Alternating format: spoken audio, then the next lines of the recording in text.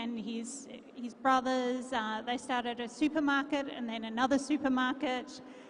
They went into a few other businesses, having a bunch of hotels. They now employ 200 people in Australia, and they're also investing back here in India, and they employ 600 people here.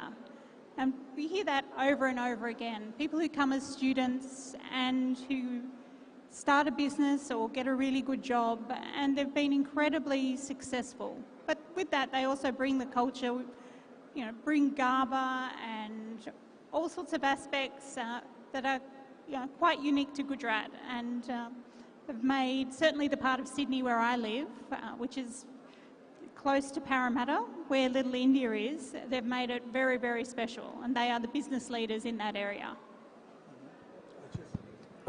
Thank you, Ms. Finn. And Julia, there's a question that I've wanted to ask when I was researching on the work that you've done, and especially with the Indian diaspora, particularly the Gujarati diaspora. This is a question that I have to ask again. It's a pride and honor for all of us that you are donning an Indian sari.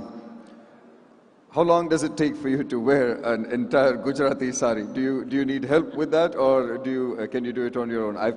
If you Google her work with the diaspora, she has attended multiple events that are not only Indian but also Gujarati specifically. It could be festivals, it could be cultural amalgamations, and she is seen wearing proudly an Indian sari. No, I put them on myself. It takes longer to iron them than it does to drape them. Well, that's wonderful. What would you say about especially the Gujarati community that you've, for example, you mentioned Garba. Many students go over there, they assimilate themselves in the mainstream, and then try to somehow also, there's a very wonderful saying, "Jya jya ek vase Gujarati, tya tya sadakal Gujarat," which translates to, if there is any one Gujarati person living in any locality or in any community, she or he will start forming a small Gujarat over there. They take a little bit of Gujarat with them over there. What of Gujarat, other than Garba, have you seen over there? Well, we've had obviously Garba.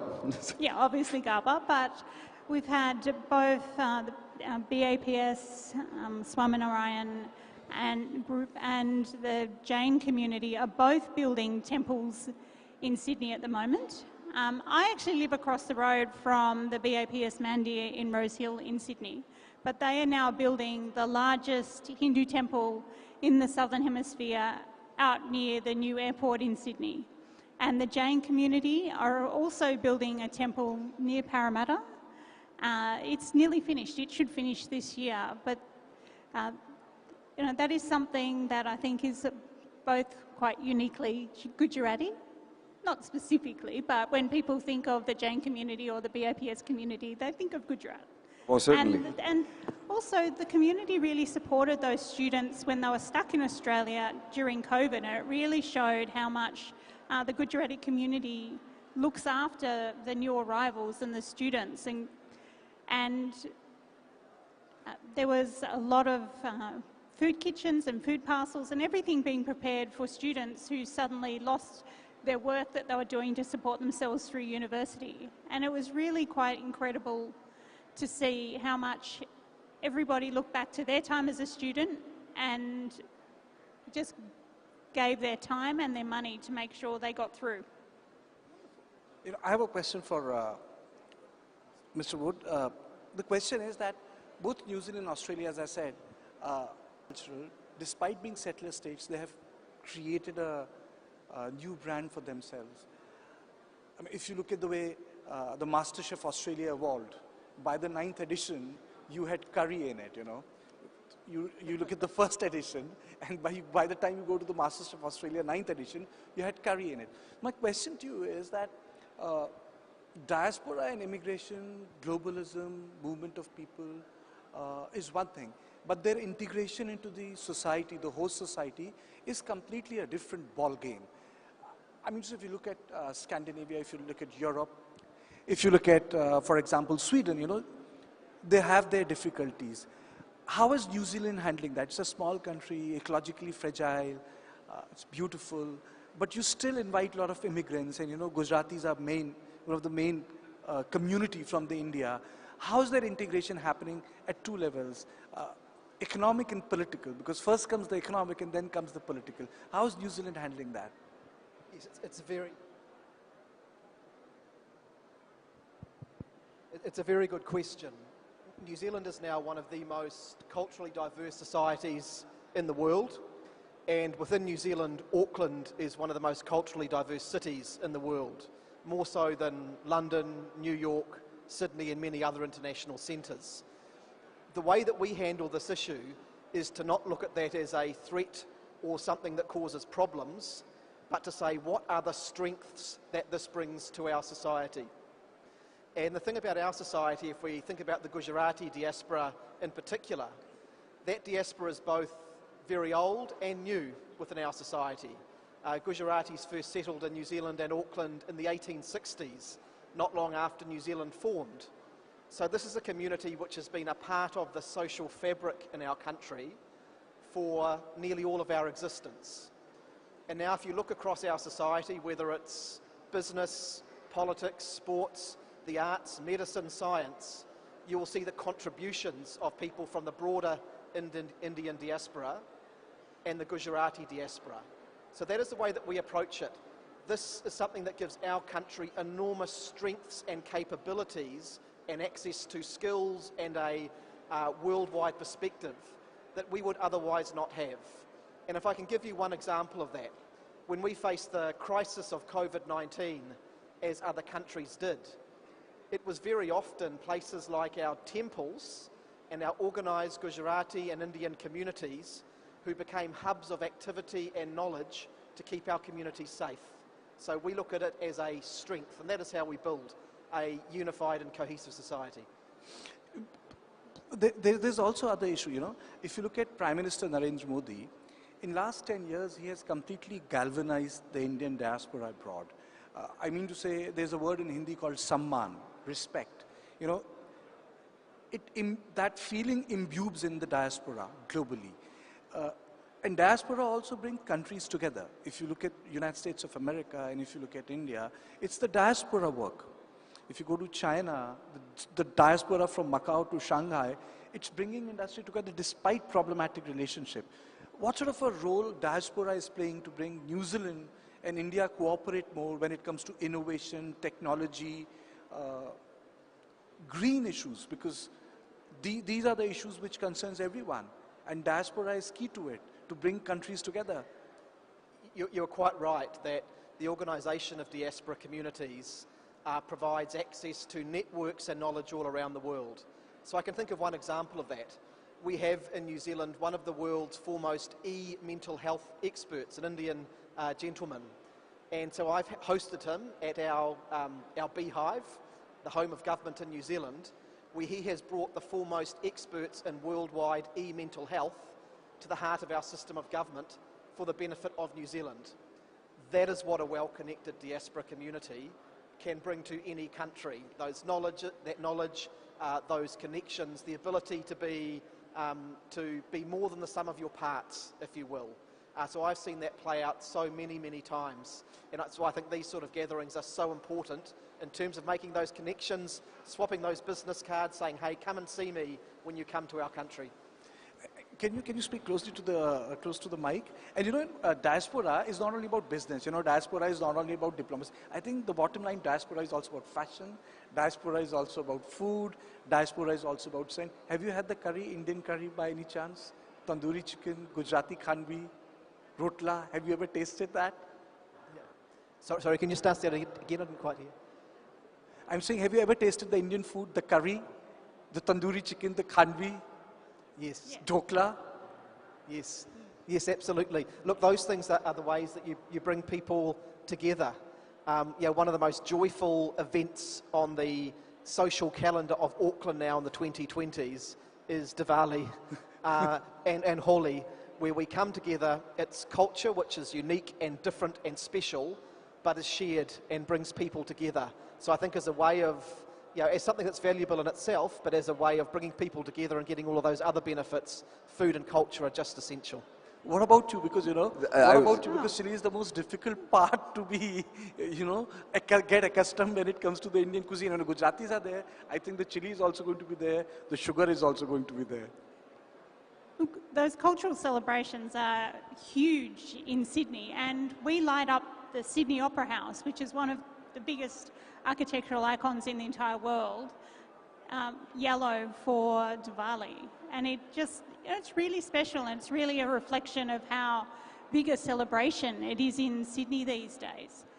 But yeah, the relationship between the diaspora and the wider community is really deep. It's not just about business or sharing culture. And we saw that also, the close connection with India when Prime Minister Modi came to visit Sydney in the middle of last year. He filled a stadium that usually holds music concerts with the likes of Jay-Z or Kanye West have all performed in this place. He filled it, he sold the 20,000 seats to sit there and listen to his speeches. He was there, I was there, our Prime Minister was there and our Premier, and everyone's wondering how you can actually get them to do that, because in Australia people are a bit, well, they're not always fond of politicians and they don't want to listen to us speak for 2 hours. So to see people so enthused about Modi and the transformation he's made in India and to listen to him for 2 hours was quite incredible. And it was a very special, very, very successful visit, as was our Prime Minister's visit here to Ahmedabad last year. Going to visit the new stadium, the biggest cricket stadium in the world. And I think that he actually took home some tips about the pitch because we won. Well, certainly. Perhaps it wasn't a great idea to take the Australian spy in to have a look at the stadium before they'd actually ever played on it, but that is history, and now we've had a very successful tour. You're very right. He certainly has had that charisma, I'm sure, and it's been both ways. I think he's always, Prime Minister Modi has always been appreciative of the various communities that have migrated or have been there even before, I guess, he was into public service. They've gone there and contributed not only to that country's development, that country's reform, that country's the path that they're taking in building those bilateral relationships between the two countries. And as you correctly said, cricket has been something that New Zealand, Australia and India have cherished for a very long time, and one of the most watched and viewed matches as it has always been. But when he mentioned the food, is this your first visit to Gujarat ever? Or no, this is my fourth visit. Your fourth visit. Yeah. So you're Sixth well time in to India and fourth time to Ahmedabad. So you're indoctrinated when it comes to the food, when it comes to the climate. Been looking forward to the food for weeks. Former Minister, how about you? How has your first visit ever to Gujarat been? And what has been the highlight so far? Yes, it is my first visit here as well. The community that I live in, Mount Roskill in Auckland, is probably about 40% people of Indian origin. And so the most commonly asked question I always get from people in my community is, have you been to India before? And I haven't until today. It's my first day here. So it's been a wonderful experience. I haven't seen much of the city yet, but I've got lots of suggestions from people about places I should go when I have a bit of free time on Monday. But I must say people have been friendly, have been welcoming, have been curious about New Zealand. You know, we're a little bit further away than most places, and it's been great to make some of those connections which hopefully can endure in the years to come. Have you picked up any smattering of Gujarati like Suche? Have you picked up any word of Gujarati? Any word of the Gujarati language that you've picked up in your few hours that you've, I guess, been here? Just a little bit. So, Jai Shri Krishna. Jai Shri Krishna. Yeah, that'll get you a lot of places. Okay. It's as long as, I'm sure she will concur, as long as somebody says Kem Cho and Majama, I think you're good to go. Can I teach you a little greeting if you come to New Zealand? So very simple. Our indigenous people, the Māori people of New Zealand, if we meet each other on the street, and maybe people can practice this, we'll say, Kia ora. Kia ora. Kia ora. Nice way of greeting a New Zealander. Now, let me take the conversation on a very serious issue. When I say Gujarati diaspora, if you globally look at the Gujarati diaspora, and I say this with great pride, they are the great ambassadors when it comes to India. Gujaratis, all communities are great ambassadors, but Gujaratis have that one thing, that sense of entrepreneurship and ability to marshal resources in a very peaceful way, which is mutually beneficial to both the countries. If you look at especially the American experience, or even the way they contributed in Uganda till the diaspora happened because of Idi Amin, and it was like a second exodus from there. But when they went to other parts of Europe, you have Rishi Sunak in UK. They added to the societies. But then there is also a diaspora politics which happens, and India is very concerned about it. There have been anti-Indian elements, and the Prime Minister has been very categorical about it. Our Foreign Minister has spoken about it. They have marshaled a section of diaspora against India when it comes to those pro-Khalistani protests. How do you look at that? Member of Parliament, you're the former Cabinet Minister. Indians expect that this should not happen.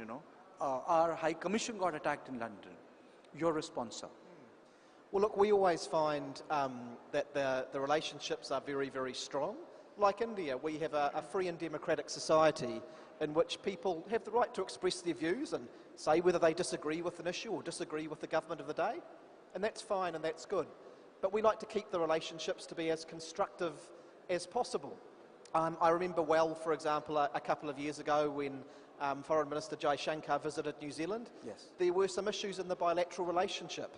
He was able to directly address them to myself and other ministers, and they were issues of concern in the community, and we were able to work through them in a mature way and get good outcomes and keep the relationship in good order.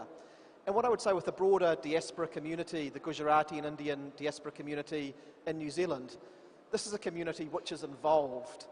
We have very, very active civic associations. If you come to New Zealand and you visit the Auckland Indian Association or the other groups, of course there'll be debate about issues, but you can do that in a way which is respectful and constructive. And that's the way we like to approach things in New Zealand.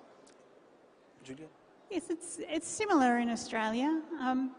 We've had issues from time to time. You're probably aware that in the last year, and coinciding with the Prime Minister Modi's visit, there were some protests from Khalistani supporters in Sydney. I think it is important that you listen to people and listen to their grievances, but also it's important that when people protest, they do it in a peaceful and constructive way. It hasn't always been that way. There has been some tensions within the community in the last few years, and it's been difficult to manage. And a lot of those grievances are historical and valid, but I think it's really important that they're kept in perspective and that they don't overtake what is a great opportunity, the deepening relationship between our two countries. And as good friends, you need to be able to have frank discussions if that need ever arises. But we can't ignore the fact that there are these tensions in the community. We just need to work with people, listen to them, and manage that. But it's to be expected, and it happens in nearly every single community. We can't expect that there is one community just because they're extremely successful in Australia, that they won't have any grievances about Australia or within the Indian community itself. Yeah, because ultimately, the larger issue is that the sexual protest should not hinder the movement, larger movement of people, one. And secondly, the ability of the peaceful diaspora should not be hurt in getting two countries together, because ultimately the peace in commerce, the peace in the political relationship is the foundation for any countries. And I think today, when we are talking about the Pravasi Gujarati Parv, which means festival, I would only in end say that the role which has been played by the Gujaratis may be new when it comes to the Pacific sojourn, or as our theme was, kangaroo, kiwi and khandavi. I think it's a great day to celebrate, but there are great challenges, but the greater are the opportunities. Look, I think that's quite right. We had a major economic study done in New Zealand 2 years ago, which estimated that the contribution of the Indian diaspora community to New Zealand is over $10 billion per year. Now that, in the Indian context, may not sound like a lot, but in a small country of New Zealand of only 5 million people, that is an enormous contribution. And that's just an economic contribution, let alone the broader social contribution made by the community. And that is something that just grows and grows year on year. And it's something that we want to encourage across different governments in New Zealand, across the private sector. I would say in New Zealand now that developing and strengthening this relationship is almost our one of our top international priorities. So it's a great time from our perspective in terms of building these bridges even more and going from strength to strength. Thank you so much. I'm really falling short of time, but the conversation was riveting. I think it was deeply engrossing, and I think it's a great learning curve for me to know all these deeply felt issues by both of you. Thank you, all of you. This was our first session. The Pacific Surgeon, kangaroo, kiwi and khandavi. Thank you both of you for traveling all the way from your respective countries. Thank you very much for being part of this festival. As he very correctly mentioned, the word Parv in our title means a festival where Pravasi Gujaratis, those who've traveled and will travel or keep traveling, a lot of the members that are sitting in the audience today happen to travel to India or go back and forth where they belong, maybe more than